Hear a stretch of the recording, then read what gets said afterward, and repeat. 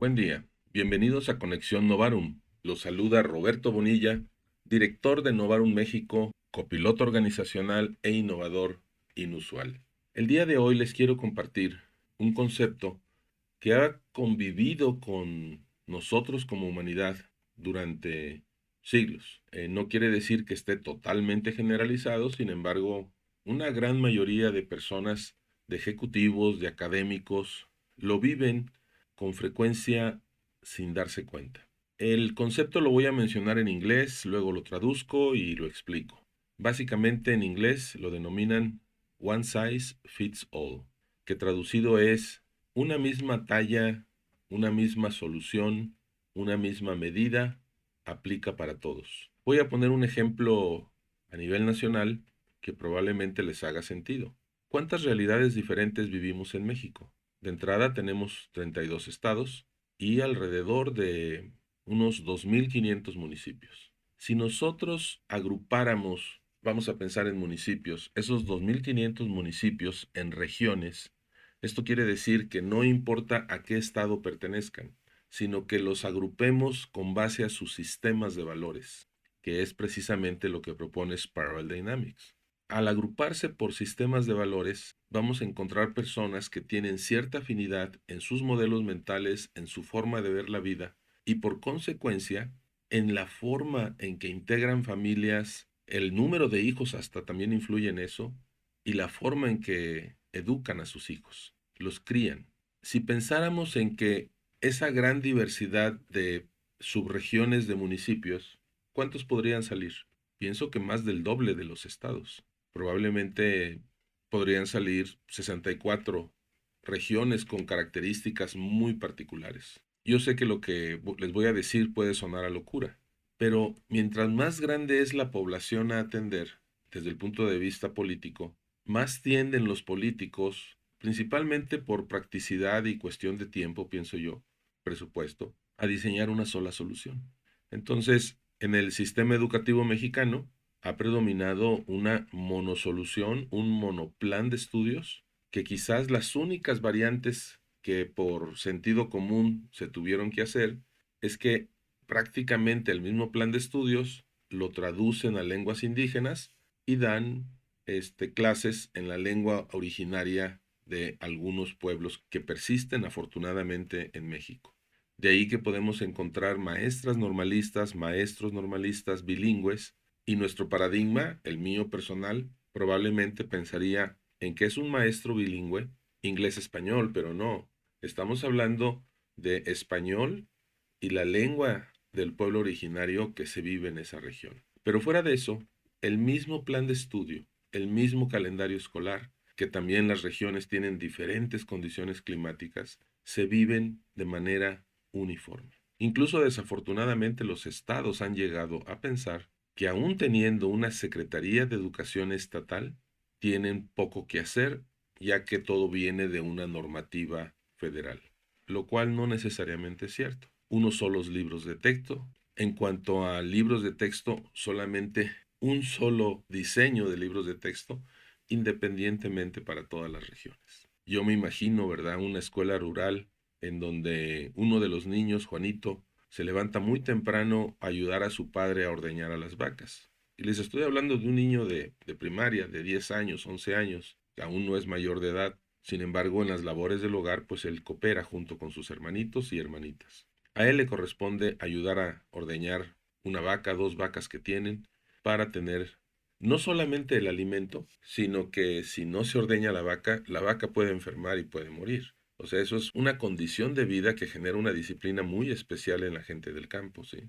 El cuidado de los animales, el cuidado de sus cultivos, no toman vacaciones, ¿sí? Esa es la verdad. Entonces Juanito llega tarde a la escuela, la maestra lo reprende amablemente, es una buena maestra, comprende que los niños tienen ese tipo de actividades, y entonces él llega corriendo, ¿verdad? Con su sombrerito, su mochila, ¿verdad? Y llega a instalarse en su pupitre y la maestra les dice, abran su libro tal. Ahorita ya ni siquiera puedo decir que sea un libro como los que yo llevé, tienen ahora nombres diferentes, agrupaciones diferentes. Y entonces abren en la página tal y lo que ve el niño es un dibujo plano, pequeño, ¿verdad? De unos cuantos centímetros, donde representa la figura de una vaca.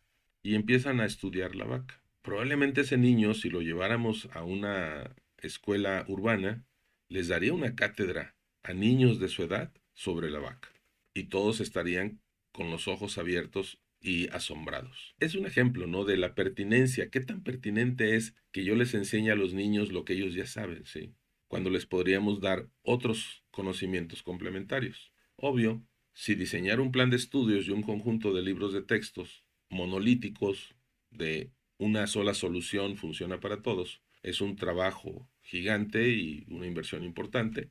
Hacerlo para subregiones sería todavía más difícil, a menos que nos apoyáramos en la tecnología. Si nosotros usáramos la tecnología y tipificáramos en aplicaciones, en desarrollos de inteligencia artificial, los sistemas de valores que coexisten en las diferentes subregiones, probablemente con ayuda de inteligencia artificial, con mucha velocidad se podría diseñar una primera versión de los temas pertinentes para cada subregión. Claro, se le alimentarían más datos, ¿no? Socioeconómicos, de políticos, ambientalistas, legales y hasta usos y costumbres.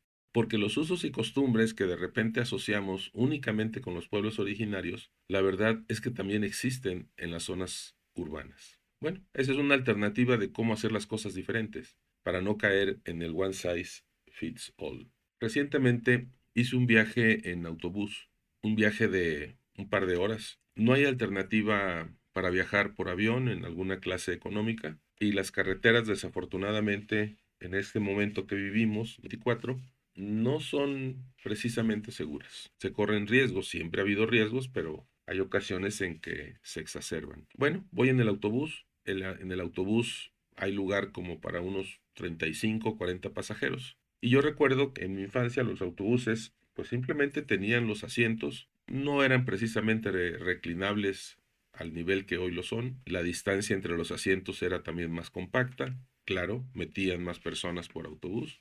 Y no había televisión ni había distracción alguna durante el viaje. Es más, probablemente ni cinturón de seguridad tenían.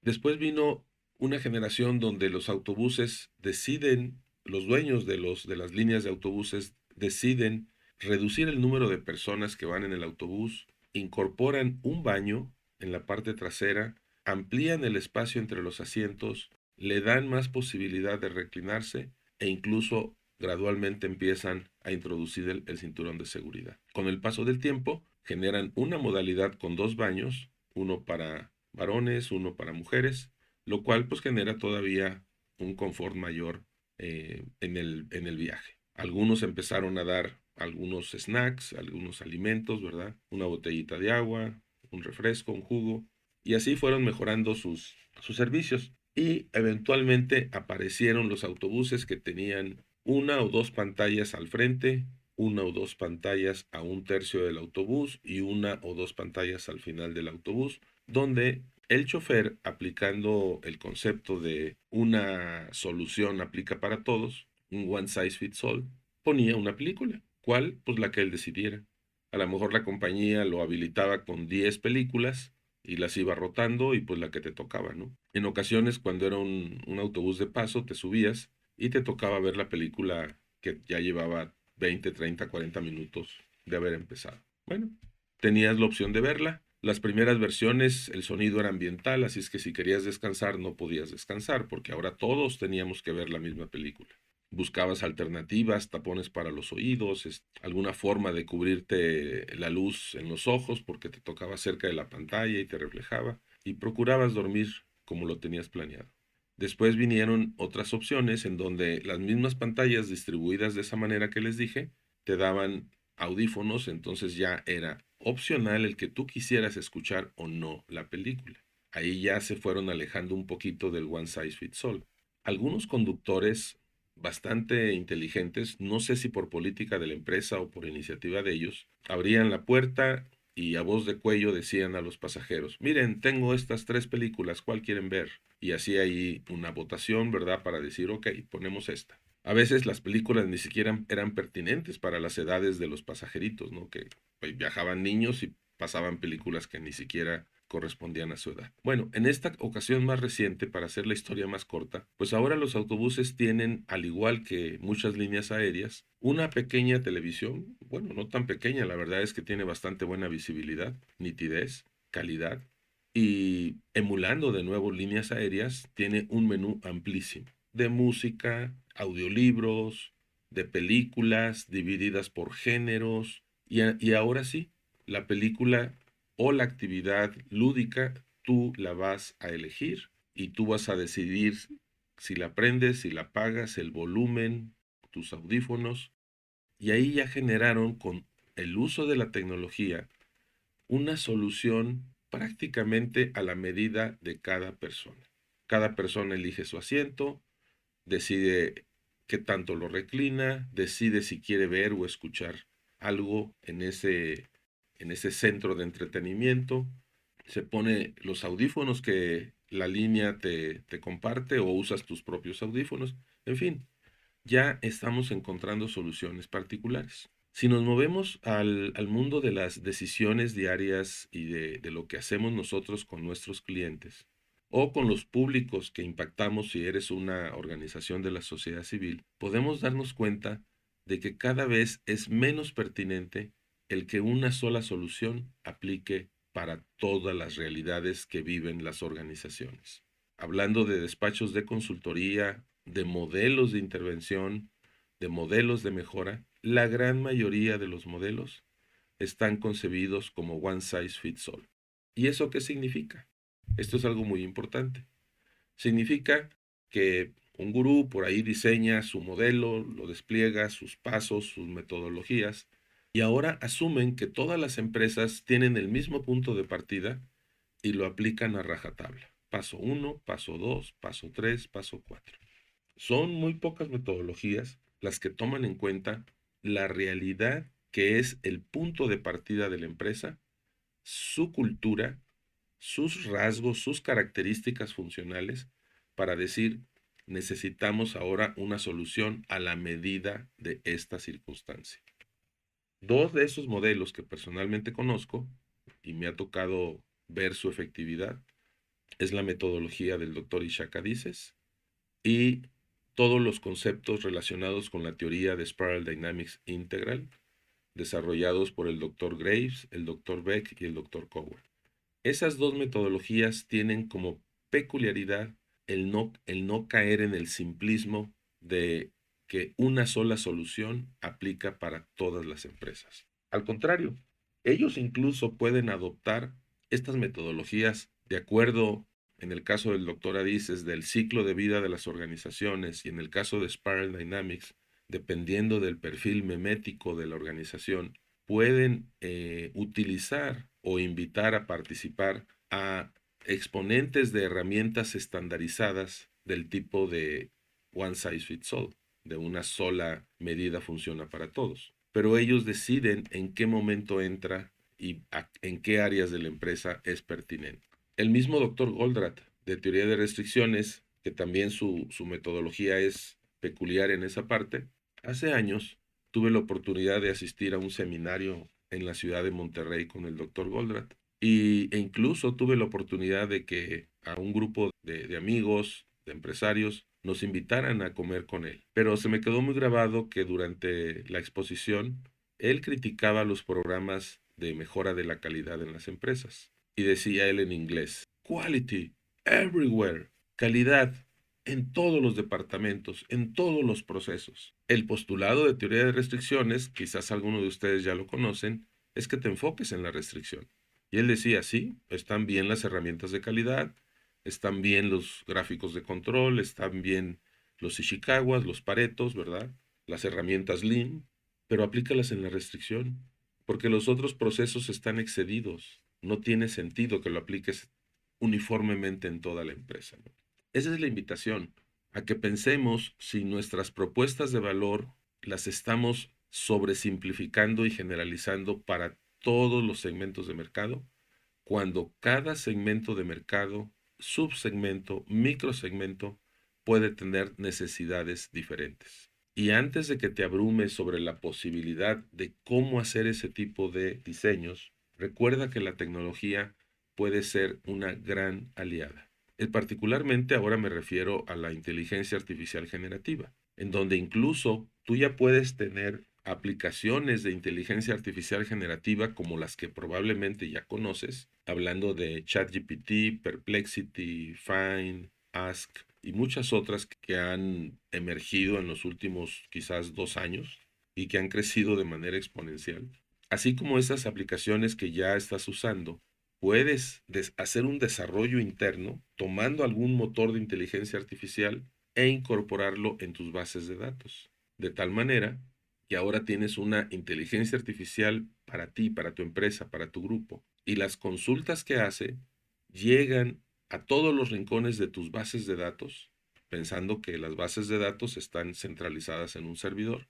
O si son varias bases de datos, bueno, está condicionada para que pueda explorarlas todas, traerte respuestas valiosas de la información que has venido acumulando con el tiempo para diseñar soluciones pertinentes a ciertos perfiles y segmentos de mercado o perfiles de clientes. Y también puedes programar para que las búsquedas o las respuestas a las preguntas que le formulas a esa inteligencia artificial personalizada propia de tu empresa pueda consultar fuera de tus bases de datos o solamente en tus bases de datos. Entonces estamos entrando en una era en donde, si bien el concepto de no diseñar one size fits all es claro, por ejemplo, pues toda la gente que, la industria del vestido, del calzado, ellos saben que no pueden diseñar una sola talla, ¿no? Sería absurdo, no venderían. De hecho, ellos tienen estadísticas de cuáles son las tallas que más piden los consumidores e incluso por regiones del país. Saben que en el norte del país las personas son más altas, sus tallas son más grandes y entonces el tipo de combinación de medidas que mandan de camisas, pantalones, calzado, etcétera, es diferente en el norte que en el centro que en el sur. Ellos ya van un paso adelante y también no ofrecen un solo estilo en un solo color. Ofrecen una gama para que las diferentes personas tengan posibilidad de elegir. Reflexiona sobre tu organización, sobre tu empresa, incluso sobre tus colaboradores. Déjenme decirles algo bien interesante. Recuerden que estoy grabando desde México y en ocasiones de manera natural me cargo mucho hacia las legislaciones mexicanas, pero en sus países, en donde me estés escuchando, pueden ser diferentes. Por ejemplo, cometemos un error cuando las prestaciones, la propuesta de valor para los colaboradores es única, uniforme, ¿sí? Y por ejemplo, tú puedes dar becas para los hijos, puedes dar apoyo para libros al inicio del ciclo escolar, pero cada vez más proporción de tus colaboradores deciden no tener hijos. Entonces, esa prestación ya no les beneficia a ellos. Hay una empresa que ha empezado a dar seguros de gastos médicos para mascotas, porque siendo realistas, hay personas que deciden convivir con mascotas, entonces están buscando cómo adecuar la propuesta de valor a los diferentes intereses, edades, modelos mentales, necesidades de sus colaboradores. En un caso que leí, una empresa estaba muy entusiasmada por dar algunos bonos a un grupo de trabajadoras, todas eran mujeres, trabajaban en líneas de ensamble, en función de la productividad. Y no necesariamente mejoró la productividad como ellos lo esperaban. Finalmente, uno de los supervisores tuvo la curiosidad de preguntarles qué les gustaría a ellas como un reconocimiento por su trabajo. Y lo que respondieron, la gran mayoría, los dejó perplejos. De decir, sí está bien que nos den un bono, lo apreciamos y nos es útil, nos ayuda a resolver necesidades. Sin embargo, si nos dieran un día libre, una tarde libre, lo apreciaríamos más. Porque normalmente los horarios que tenemos no nos permiten ir con nuestros hijos a comprarles su ropa, a convivir con ellos, a ir al cine. Entonces, sería más apreciado por nosotras que nos dieran una tarde libre o un día libre. Y ahí nos damos cuenta que no necesariamente todos esperan lo mismo. En nuestra empresa, el día que cumples años, el mes en que cumples años, decidimos otorgar un día libre, pero no necesariamente el día de tu cumpleaños. Como que el paradigma del one size fits all, de una sola medida para todos, sería, van a estar muy contentos porque el día de su cumpleaños va a ser libre. No dejamos que ellos elijan, porque en ocasiones prefieren elegir otro día y crear un fin de semana largo. hay que ir buscando y pensando cómo encontrar los diferentes perfiles de colaboradores, edades, formas de pensar, géneros, en fin, hay muchas variantes que combinadas generan expectativas diferentes en cuanto a las prestaciones. Y algo muy interesante, cuando les hacía la referencia de México, resulta que en México, por ley, tienes que dar las mismas prestaciones a todos. Entonces, si tú decides dar una prestación especial a los ejecutivos, la debes de dar también al resto de los colaboradores. ¿Qué hacen las empresas?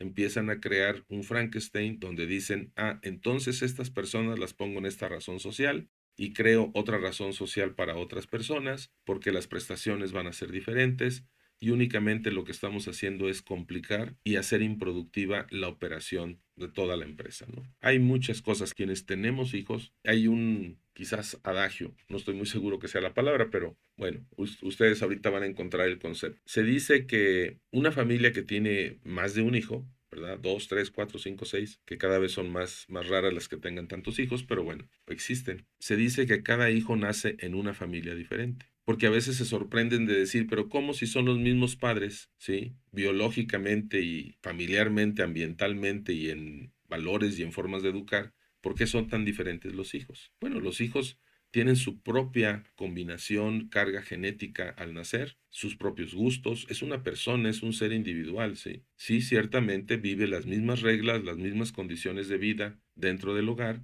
pero ¿por qué se dice que cada hijo nace en una familia diferente? Porque el primero nace como hijo único, con toda la atención del mundo, ¿verdad? De abuelos, de tíos y demás. Cuando nace el segundo, también recibe mucha atención, pero ahora existe un hermano mayor o hermana mayor que también provoca estímulos en ese bebé, en ese pequeño hermanito, y empieza a tener unas condiciones de vida que el primer hijo no tuvo. Si ustedes son el tercero, cuarto, quinto, sexto hijo, en mi caso soy el tercero de 6, pues podrán constatar esto que les digo. Y volvemos a lo mismo. Cuando tú pones una sola regla, una sola solución para todos los hijos, pudiera ser que no esté siendo precisamente justo. Como me dijo un jefe, uno de mis mejores jefes en Monterrey, en una universidad privada, me dijo, se llama Octavio, es una gran persona, me dijo, mira Roberto, para ser justo hay que ser disparejo. Y esto venía en alusión que la institución, en épocas de una gran inflación aquí en México, decía, en tal mes a los jefes de departamento pueden dar un incremento de X porcentaje de los sueldos. ¿Cuál es el camino más sencillo? El camino más sencillo, menos conflictivo, más rápido, ¿verdad? Es que si yo soy jefe de departamento y me reportan a mí 8, 10, 12 profesores con diferentes sueldos por su antigüedad, por su especialidad, por diferentes cosas, pues simplemente a todos les doy el mismo incremento de sueldo. Es lo que él decía, si quieres ser justo hay que ser disparejo.